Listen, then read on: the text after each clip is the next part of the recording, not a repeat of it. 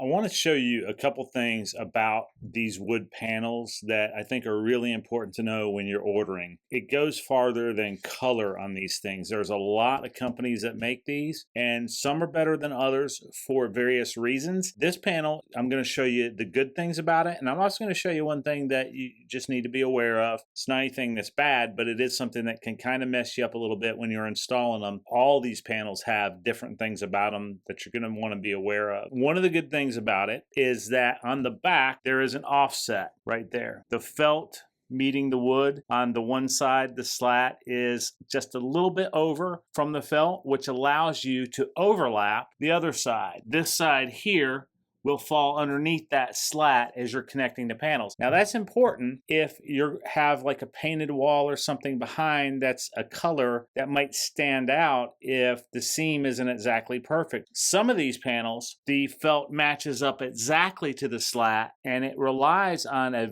very firm fit to not expose the seam. So you want to make sure that you get a panel that has that overlap if you can, because it'll make your install a little bit easier. Another thing that is good about this panel versus others, if you are doing this for a studio, kind of like the one I'm in, where you're filming and your camera angles are going to be at different places and you're relying on this for a background, then you'll want one that has veneer only on the front and has blacked out sides on the strips like this. Because as you can see, as I turn this at an angle, I don't lose the depth perception. In other words, some of these are made with the veneers on all three sides that are exposed, and as you turn, all you see is wood. You don't see that black stripe. The more severe angles you get at, the less you see that black stripe. Well, if you want that black stripe, you're going to want to ensure that you get panels that have the blacked out sides. When you look on the back here, you notice that these slats are stapled into place. Kind of point out on this one that the staples aren't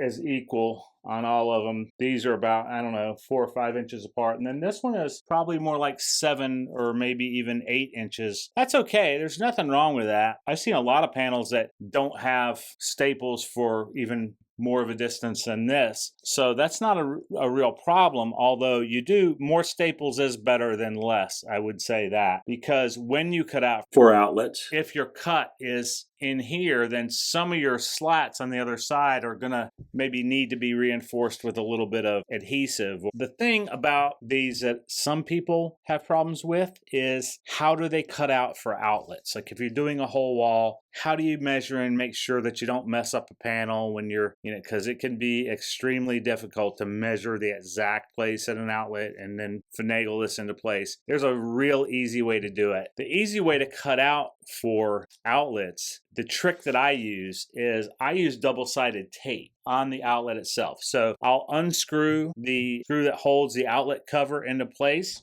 and I'll just adhere double-sided tape along the outside of the outlet, along the face of the outlet. When I've cut the panel to size, I'll firmly put it on the wall exactly where it goes, and the double-sided tape will stick to this part of the panel. Then when I remove the panel, the outlet cover will be exactly where it needs to be in order for me to cut it.